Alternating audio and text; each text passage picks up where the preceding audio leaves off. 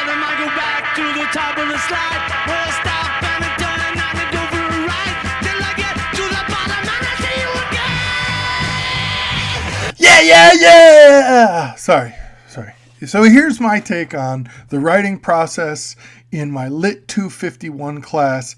As you can see, a pretty traditional series of activities. This is a paper the students are currently working on, so they're up to the complete draft. There'll be one more final grade this one gym draft that they'll be doing later this week. You can see the numbers are a little low there. Of the 22 students in the class, only about half have submitted that draft. You can also see on here something a little unusual. There's a synchronous session. I usually have at least one synchronous session for each paper, sometimes more than one as we're developing it. What you notice here in the discussion forum is that the thread is for the makeup activity. In this case, about half the students attended the synchronous session, and the other half went in and watched it as a makeup activity where they were then required to do some feedback and comment and response activities to what they saw in the video. The only thing I would say about this sequence, it probably looks a lot like what you do, is I do make the pieces recursive.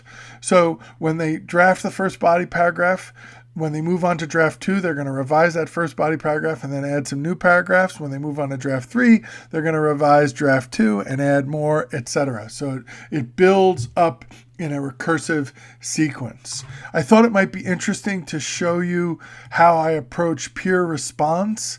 In general, I like to ask students to more narrowly respond in their peer structures. And peer encounters would be a better word. I'm a little different from Curry on this. He has they take a holistic approach sometimes to their work, which I think is really, really cool. But for me, a narrower focus works. I usually give the students 2 or 3 questions and ask them to zoom in on one paragraph from their peer's paper, some peer's draft. And sometimes they may be looking at one paragraph and I'm looking at another paragraph. So I'm looking at paragraph 3 and the students are giving each other feedback on paragraph 4.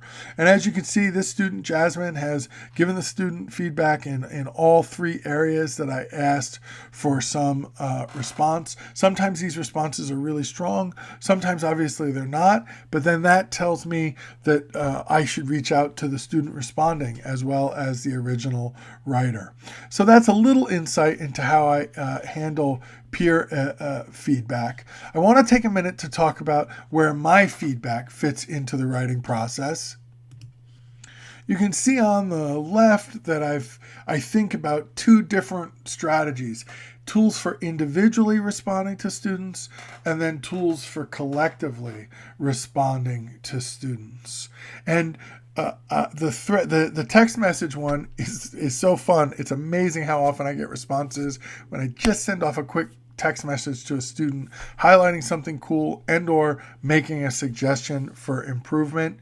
The collective responses, in many ways, that allows me to adjust whatever introductory lecture or resources I gave them based on what I'm seeing happening in the thread, in the discussion process. So I may introduce a new example, I may re-explain, I may highlight something they've done, I may share an email question that was sent to me. I love to do that because sometimes I get great email questions. On the other side, I can't remember if I said left or right, but on the right side, I've got some ideas about synchronicity and the use of rubrics. Synchronicity is, I think, really valuable online tool. Again, I've stolen this idea from Curry. For each paper, I'll do at least one group synchronous session, sometimes more than one. And then sometimes for papers, I'll have everybody do a quick 15 or 20 minute synchronous conference with me. And I invite them to come to my office, but many of them like to meet online for convenience sake, and we have our conferences online. Can be a very powerful tool, especially when you're working with Google Docs and you can both be in there typing, commenting, writing at the same time. I use rubrics to respond sometimes to drafts. Sometimes the rubric focuses on just one element. Maybe we're looking at claims. Maybe we're looking at evidence or interpretation of evidence. I also use rubrics and comments to grade final papers. But final papers for me are rarely final because I allow the students to rewrite. And on the rewrites, usually it's just a brief comment with a new grade and a see me if you want to talk more. So those are some of my instructor response strategies that I could or would employ in a writing process like the one I showed you in the previous screen. Hope this gets some of your own creative thinking going. Please do not think of this at all as a you should do this. This is more of a here's how I do it. Where do you go kind of thing.